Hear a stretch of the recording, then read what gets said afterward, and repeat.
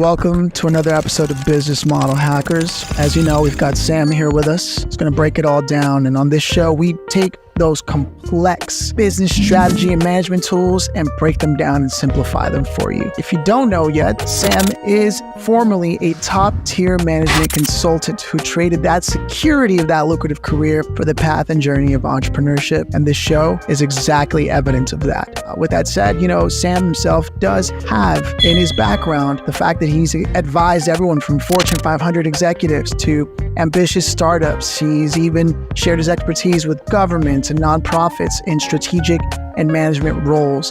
So we're going to get to borrow from that experience as we hack away at everything that's possible in a business model. Sam, how you doing today?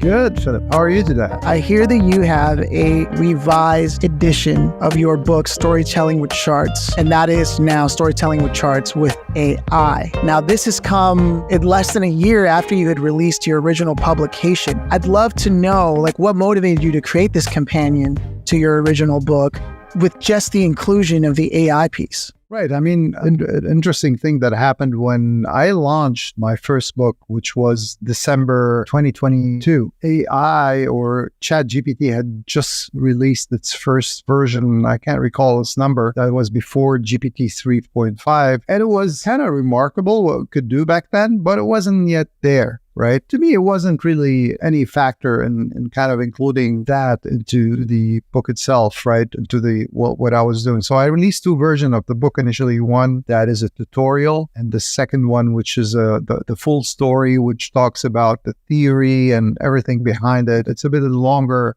One is a short version, which takes maybe a 2-hour read. The other one is maybe a 4-hour read. The first one was the tutorial in December, but when I launched my second one, which is the full story, that was around March or April of 2023, and it was after 3.5 has been released. So when I started working with ChatGPT at the time, I was shocked at its capabilities and what could do. And immediately, how can this be used? And in the framework that I've put into this book, can this be useful to this? Initially, though, it was as simple as kind of phrasing some of the headlines or phrasing the storyline on an individual level. What I later came to realize that you can do a lot more. So that's the moment when I thought, I gotta do something, a book on how to leverage AI with storytelling with charts, with the framework, and how this could accelerate, if you want, the learning curve to the quality of the output. If you use AI correctly in conjunction with a book, right, or understanding the framework, you can accelerate and improve your outcome and do professional level presentation, those that actually are only done by highly experienced consultants. I remember reading Storytelling with Charts as we began to have a discussion around this show and many other things. And immediately I was really surprised by the clarity of it, and then I saw, when it was written and I was like, okay, this was earlier on. I was always curious as I was reading this. I was like, how can we take this and throw it into conjunction with AI and create that? And so I'm curious, now that these chatbots are here, what kind of new opportunities have really been opened up for storytelling with charts using the charts and the graphics?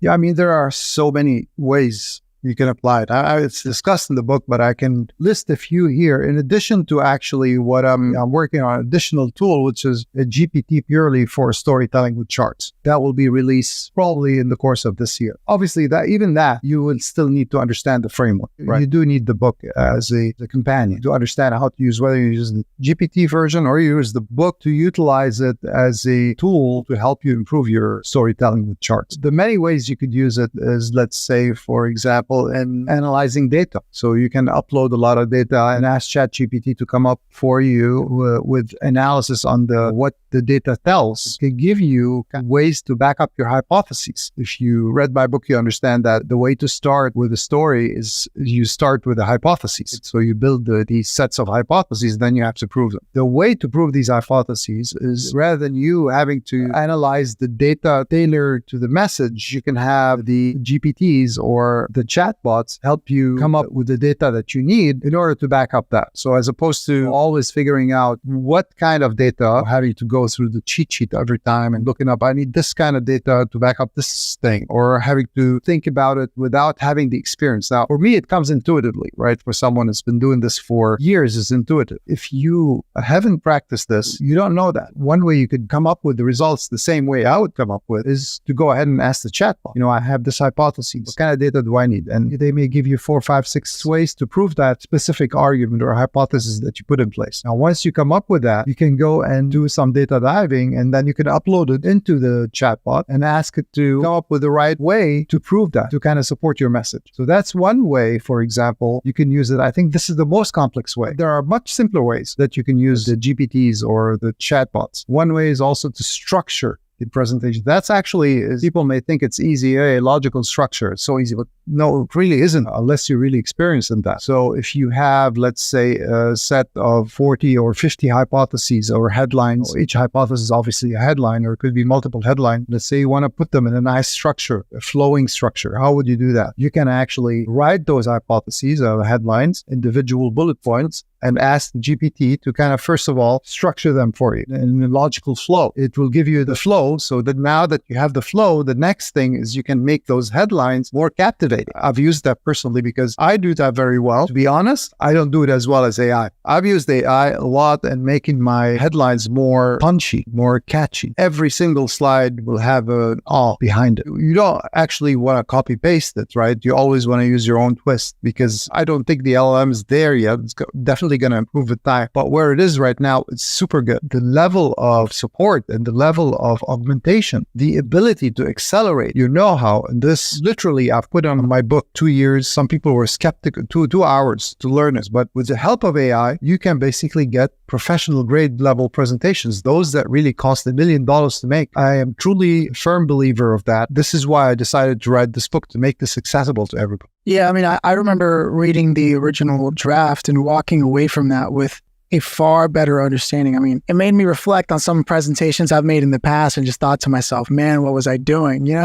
It really, when you point it out, it immediately makes sense why it was so important to have, and I don't want to give it the book away, but just by understanding why the logic tree was so important to the hypotheses and as a foundation. Knowing that these tools are here now and you're adding a chapter on how people can take advantage of that is definitely it should be an exciting, compelling idea for anyone who's listening. If they haven't already read the original version, they're going to be even more excited about this next version. Well, that being said, what are some of the bigger challenges that data analysts and business leaders face when they're trying to visualize this data and explicate complicated data? Like, how can these AI and chatbots overcome some of these challenges as a tool for these business analysts and leaders? Yeah, I think a lot of that is about, useless data. When I go to clients and I do my initial assessment, I get a set of data that probably is only 10% or 5% of it is useful. And then there is also the other 95% is junk, is not useful. In addition to that, those 5% that I receive are usually not sufficient to drive all my hypotheses. One of the very helpful ways you can utilize AI is to determine that, what 5% is useful and what is missing. Those are two components that usually take some time, because you used to do in the past is you collect that and you start processing that, or give it to the analyst and they work on it and they come back to you a week later and they say, well, this is no good, this is missing, we need this, we need that. And then you go again, the cycle starts again and you're losing time by doing that. So right now, I think you can do it within less than a day. That is definitely something that is a game changing for a lot of people.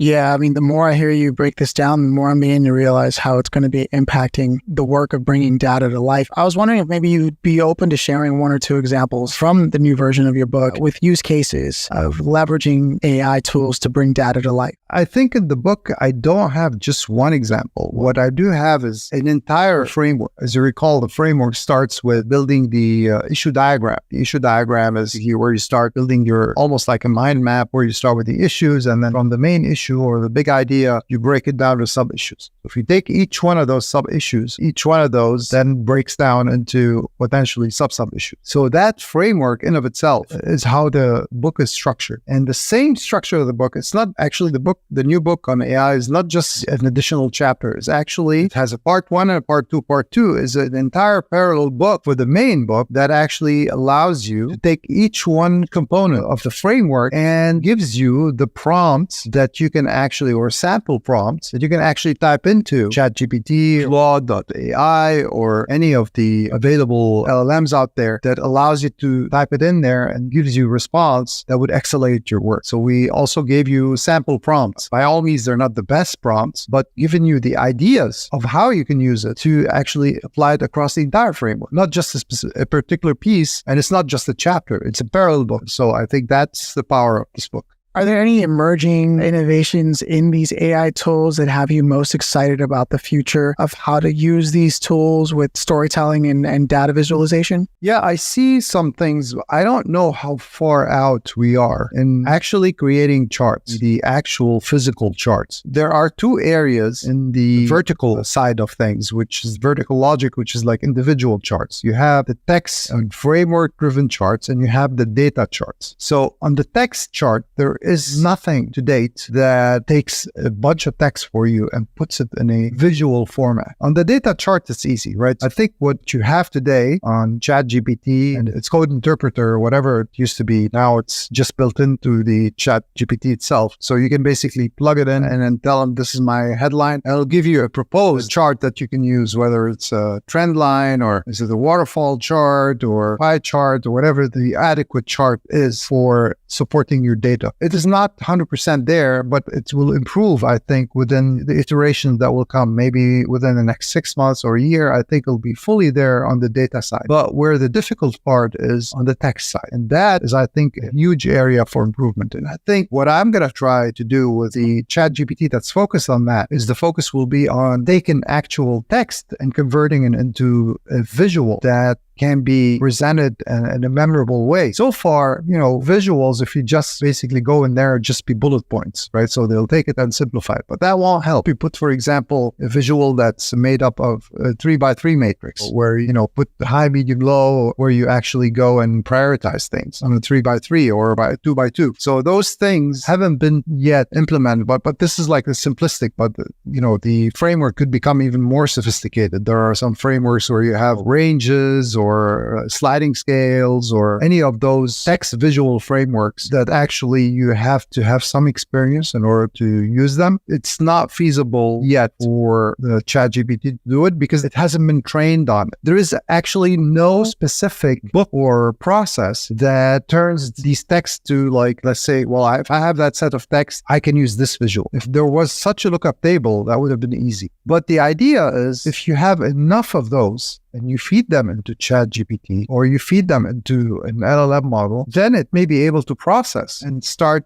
through learning, it may be able to say, well, if I have this kind of set of data, maybe I have this alternatives that can apply using this. So at least you would be a step ahead, similar to the way you have it in quantitative charts and numbers charts. If you're providing a trend line and you want to show the compounded average growth rate, that's a simple thing. You show bar charts and you have a straight line. These are very simple ways to present data. But when you go to text, because the variations are far more than the 16 families of data charts, it becomes more complex. So if you have, for example, horizontal splits, the horizontal splits can take many shapes. It's very difficult without some training data. And there's also no specific database where you can actually train a GPT. So I think for that, we're going to attempt that on our own. Hopefully, we can come up with a pattern that will help convert the text charts into qualitative charts. And I'm hoping that we can launch something like that within this year.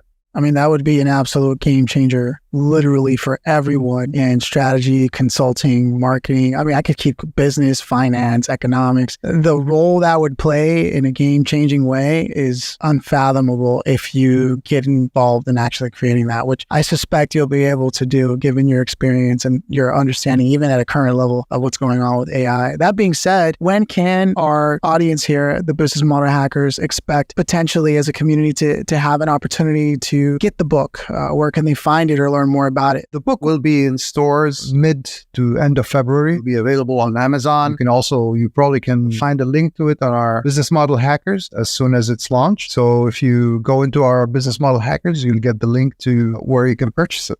Well, look, Sam, I think that wraps up our discussion for today. As usual, I want to thank the Business Model Hackers for tuning into this episode. And as always, remind you that businessmodelhackers.com is where you want to go. If you haven't signed up yet, you need to get in on the newsletter. We drop so many incredible resources there for you only after you sign up. And it's far more in-depth on everything, including news about Sam's new books and what's going on there as he continues to make that complex very simple and accessible to all of us, and helps us all increase our impact on the world of business. So with that said, thank you all for tuning in, and can't wait for the next episode.